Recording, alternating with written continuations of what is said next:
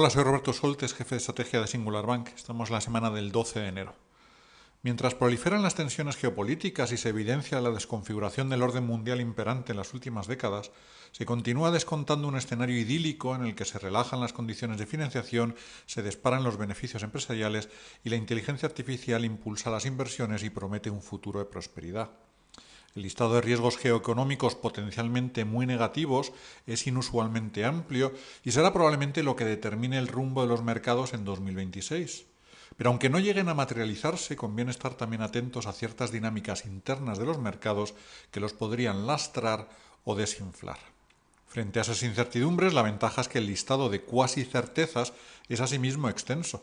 Las políticas monetarias seguirán convergiendo hacia niveles próximos a la neutralidad, con la Fed y el Banco de Inglaterra camino del 3%, el Banco de Japón subiendo cautamente hasta poco más del 1% y el BCE por el momento cómodamente instalado en el 2%. Las tecnológicas anunciarán a buen seguro grandes avances e inversiones en la inteligencia artificial que sostendrán el crecimiento económico y de los beneficios, y esto se acelerará en este año probablemente por encima del 10% en Estados Unidos y Asia emergente y en el entorno del 8% en Europa y Japón. También será positivo el abaratamiento de la energía, que moderará la inflación y mejorará el poder adquisitivo de los hogares y los márgenes de varios sectores. Y por supuesto podemos dar por hecho que Estados Unidos y China mantendrán su pulso geoestratégico especialmente intenso en los ámbitos tecnológico y de defensa. En este contexto hay dos riesgos que ya cotizaron los mercados de renta fija el año pasado, pero que parecen haber quedado en un segundo plano.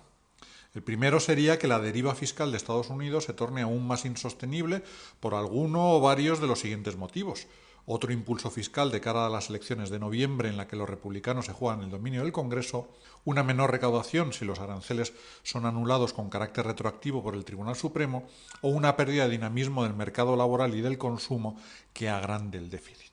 El segundo sería una pérdida evidente de independencia de la Reserva Federal para abaratar las hipotecas y el servicio de la deuda que conduzca a una política monetaria inadecuada.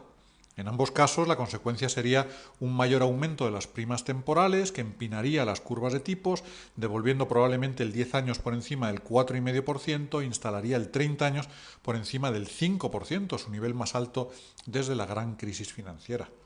Una derivada muy relevante sería una reaceleración del proceso de desdolarización con un nuevo episodio de depreciación del dólar, bien por encima de 1,20 frente al euro, que provocaría volatilidad en las bolsas y subidas adicionales del oro y de otros activos relacionados.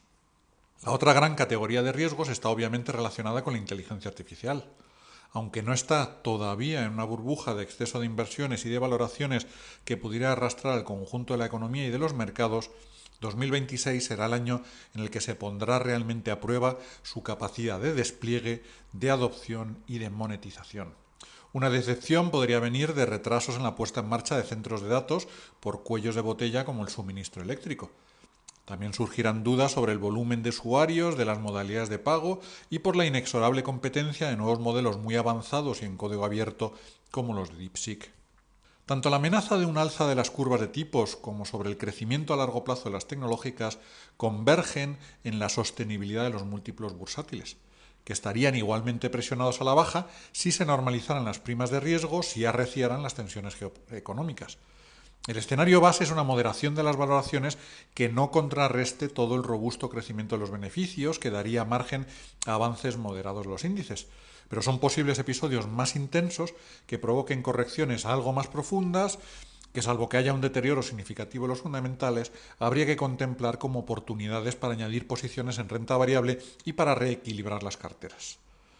Así que más allá de los acontecimientos geopolíticos, los dos mejores termómetros para anticipar la evolución de los mercados en 2026 parece que serán las primas temporales de la deuda y las estadísticas de usuarios y de ingresos de las empresas de inteligencia artificial. Muchas gracias.